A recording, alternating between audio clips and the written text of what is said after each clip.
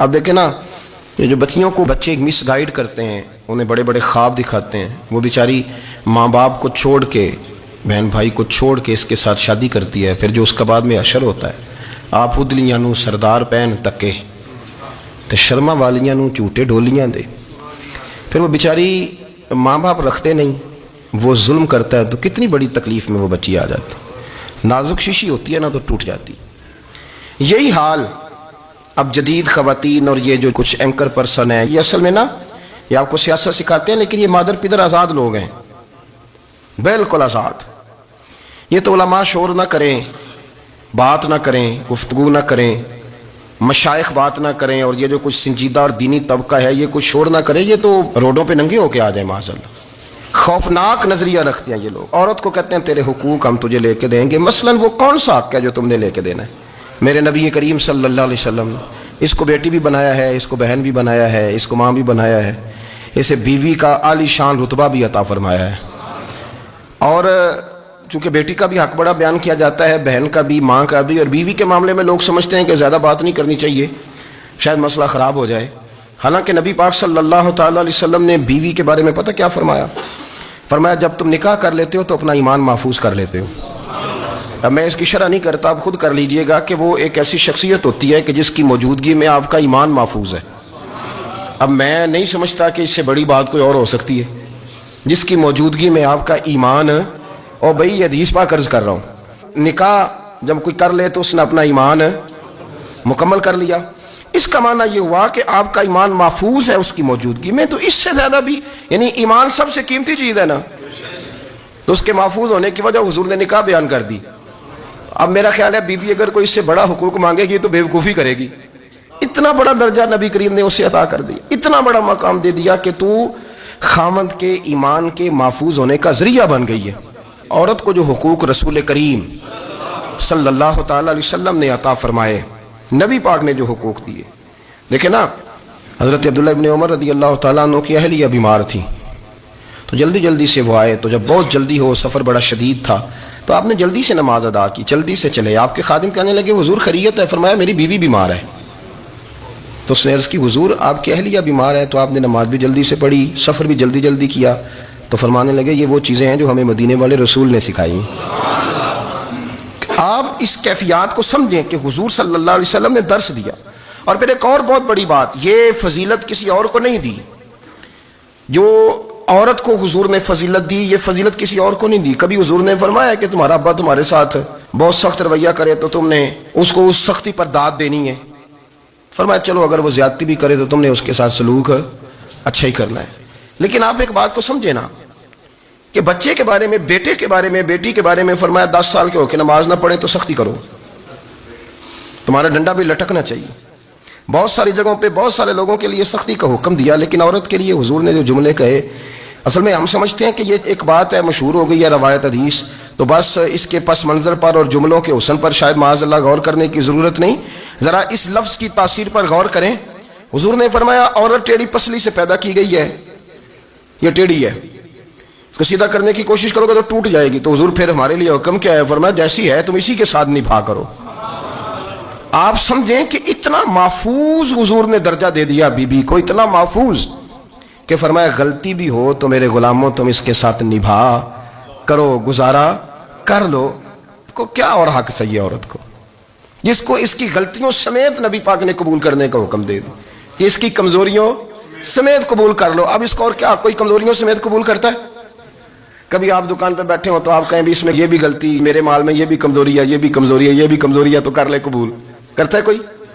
کوئی شخص ایسا ہو جو کسی چیز کی کمزوریاں بیان کر کے کہ اسے قبول کرو؟ پر رسول کریم صلی اللہ تعالیٰ علیہ وسلم نے نا ہمیں سبق دیا، حضور نے ہمیں درس دیا، نبی پاک نے ہمیں پیغام دیا۔ فرمایا یہ ٹیڑھی ہے، سیدھی کرنے کی کوشش کرو گے تو بیچاری ٹوٹ جائے گی، تو اس کے ساتھ نبھا کر جاؤ۔ آپ میری بات کو سمجھیے گا۔ چلیں میں اس پر ایک اور بخاری مسلم کی حدیث پڑھتا ہوں۔ حضرت سلمان فارسی رضی اللہ تعالیٰ عنہ اور حضرت ابو درداء کے درمیان بھائی چارہ تھا۔ مکے سے مدینے جب لوگ آئے تو حضور نے بھائی بھائی بنایا تھا، ان کے درمیان بھائی چارہ تھا، تو ابھی پردے کی آیات نازل نہیں ہوئی تھی، تو لوگ ایک دوسرے کی طرف جاتے تھے۔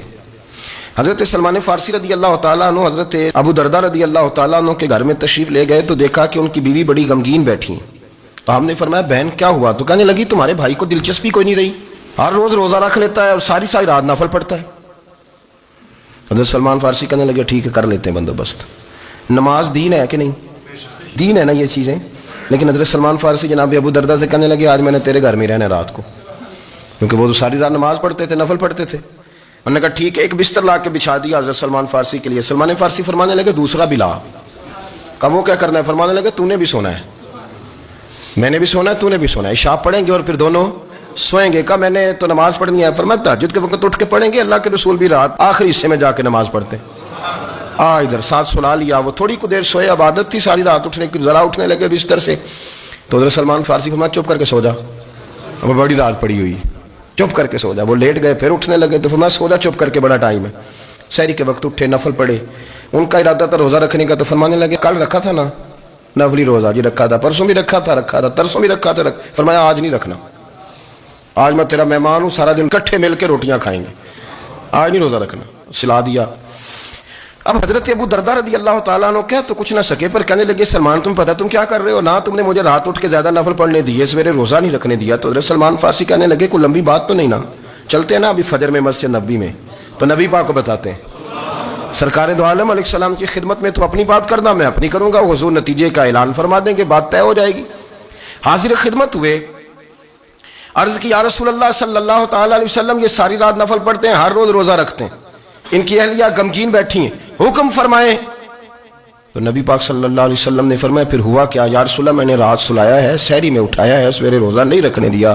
نبی پاک نے فرمایا سلمان فارسی نے ٹھیک کیا ہے، سلمان فارسی نے ٹھیک کیا۔ پھر حضور نے فرمایا، نبی کریم نے فرمایا ابو دردہ تیرے اوپر اگر اللہ کا حق ہے، اس کے رسول کا حق ہے، دین کا حق ہے، تو فرمایا تیری آنکھ کا بھی تیرے اوپر حق ہے، تیرے وجود کا بھی تیرے اوپر حق ہے۔ یہ حضور نے فرمایا تیرے بچوں کا بھی تیرے اوپر حق ہے، تیری بیوی کا بھی تیرے اوپر حق۔ اس حق کو بھی سمجھے، حقوق اللہ بھی ہیں، پر تیری آنکھ کا بھی تیرے اوپر کیا مانا کہ تیری آنکھ سونا چاہتی ہے تو اسے سلا بھی، تیرے وجود کا بھی تیرے اوپر حق ہے، تو تیرا وجود آرام کرنا چاہتا ہے تو اسے آرام بھی کرا۔ اور پھر وہاں نبی پاک صلی اللہ علیہ وسلم نے فرمایا میں تم سب، سننا یہ لفظ حدیث کے، حضور نے اسی موقع پر فرمایا میں تم سب سے زیادہ اپنے رب کو جانتا ہوں اور میں تم سب سے بڑھ کر اپنے رب سے ڈرتا ہوں۔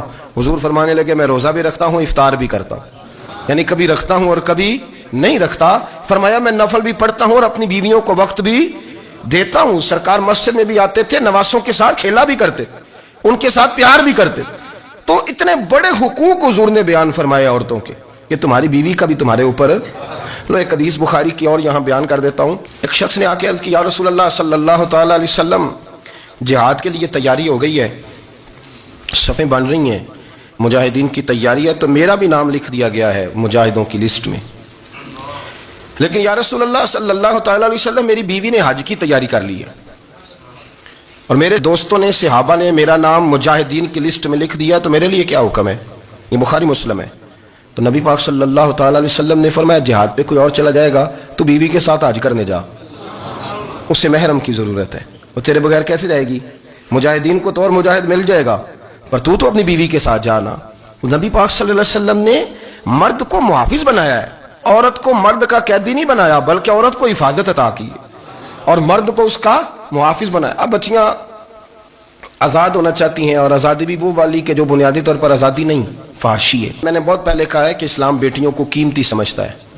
جس بندے کے پاس 20 تولے سونا ہو وہ چوک میں لے کے نہیں آتا، وہ قیمتی چیز ہے، اس نے چھپا کے رکھی ہوتی ہے۔ تو جو نبی پاک صلی اللہ علیہ وسلم کا کلمہ پڑھنے والے بیویاں، اسلام انہیں قیمتی سمجھتا ہے، کہتا ہے کہ تم قیمتی ہو لہذا گھر کے اندر رہو، تم باہر نہ ہو۔ لیکن عورتیں ہیں کہ ان کو بلا وجہ لوگ خراب کر دیتے ہیں اور بلا وجہ وہ اس مغالطے کا شکار ہو جاتی ہیں۔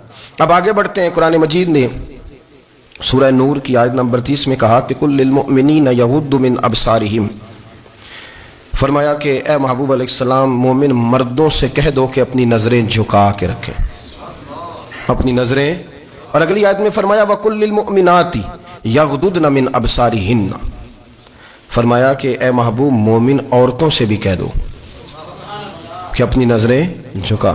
مرد بھی اپنی نظر جھکا کے رکھے گا عورت کی طرف، لیکن یہ ساری پابندی صرف مرد پر نہیں، عورت بھی غیر محرم کا چہرہ نہیں دیکھے گی، اس پر بھی اسی طرح نظر جھکانے کا حکم ہے، جس طرح کہ وہ ہر دکاندار کو بھائی جان کہہ کے، بھائی جان کہہ کے گفتگو کرنے کی اس کو بھی اجازت نہیں ہے کہ وہ بھی وہ سمجھے کہ پابندی تو مرد نے کرنی تھی، میں نے تھوڑی کرنی تھی. وہ جس کے پاس جائے، جہاں بھی جائے، ڈاکٹر کے پاس جائے، باہر جائے، تو وہ جس طرح مرضی اس کا دل چاہے وہ بات چیت کرے. اس کی عورت کو بھی اجازت اسلام نہیں دیتا. بنیادی طور پہ اسلام شرم و حیا کا دین ہے. حیا کی بات کرتا ہے. حیا کی جب ہم تعریف کرتے ہیں تو حیا کی تعریف یہ ہے کہ کوئی کبھی چیز دیکھ کے نا تو آپ کی طبیعت میں کراہت محسوس ہو، آپ کوئی غلط جملہ منہ سے نکالتے ہوئے ذرا جھجکیں، آپ کوئی غلط بات کرتے ہوئے تھوڑا بوجھ محسوس کریں. ہمارے ہاں تیزی سے فروغ پایا ہے بے حیائی میں. سنگیوں کی محفلیں، یاروں کی محفلیں، اس میں غلیظ گفتگو ہوتی ہے. الا ماشاء اللہ. ان دوستوں کو بڑی پاک صاف گفتگو کرنی چاہیے. دوستی کا رشتہ بڑا مقدس رشتہ ہے. جو یہاں ایک دوسرے سے پیار کریں گے جنت میں بھی اکٹھے داخل کیے جائیں گے. شرط یہ ہے کہ پیار اللہ رسول کی رضا کے لیے ہو، لیکن اس کے اندر اگر آپ کی گفتگو کچی ہو، کمزور ہو، فحاشی والی ہو، عریانی والی ہو. وہ ہمارے ہاں تو اب اس کو لوگ فیشن سمجھتے ہیں، اس کو مردانگی کی علامت سمجھتے ہیں کہ وہ جی ساری باتیں جی وہاں ہو گئیں اور جس کا جو جی چاہا اس نے کہا. آپ جب حیا کے دائرے میں ہوتے ہیں تو آپ خود بھی سکون محسوس کرتے ہیں. دیکھیں نا، آپ کو نیند سکون سے کہاں آتی ہے؟ جہاں کمرہ بند ہو، چاروں جانب دیوار ہے، اوپر چھت ہے، خالی دروازہ بھی کھلا ہوا ہونا تو جب بندہ سکون لینا چاہتا ہے تو کہتا ہے یار ذرا دروازہ ذرا بند کر دو. وہ اچھی طرح اپنے آپ کو چھپا لیتا ہے نا حیا کے پردے میں، تو اللہ اسے سکون عطا کرتا ہے.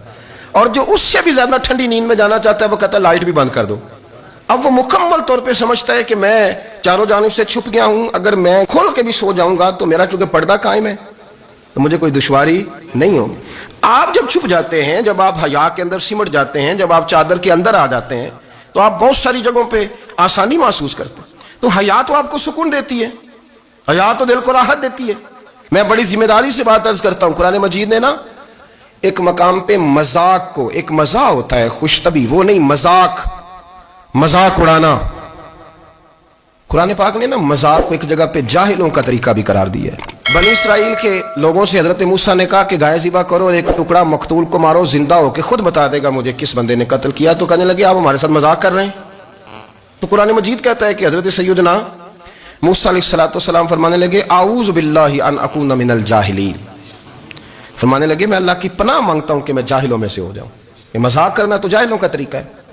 اگر آپ کی زبان سے بے حیائی کا جملہ نکل گیا، اگر آپ کی زبان سے بے حیائی کا جملہ نکل گیا، آپ نے کہہ دیا کہ ہم آزاد لوگ ہیں، جو مرضی کریں گے، جو مرضی کہیں گے، جو ہمارا دل میں آئے گا کریں گے، تو پھر تو لوگ آپ کا وہ حشر کریں گے کہ آپ سے برداشت ہی نہیں ہوگا.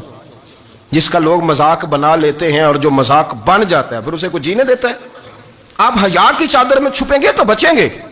اگر آپ نے اپنا مذاق بنوا لیا یہ کہہ کے کہ میں نے مرضی کرنی ہے، پھر یاد رکھنا چھپنے کو جگہ نہیں ملے گی، پھر تکلیف میں آ جائیں گے، پھر بہت بڑی اذیت کا شکار ہو جائیں. شرم و حیا، عرب کے اندر جو کواری لڑکیاں تھیں ان میں بڑی حیا ہوتی تھی. الحمدللہ میں بڑے فخر سے کہتا ہوں کہ میرے پنجاب کی، میرے پاکستان کی بیٹیاں بھی 20 دفعہ ان کا ابا کہے تیری شادی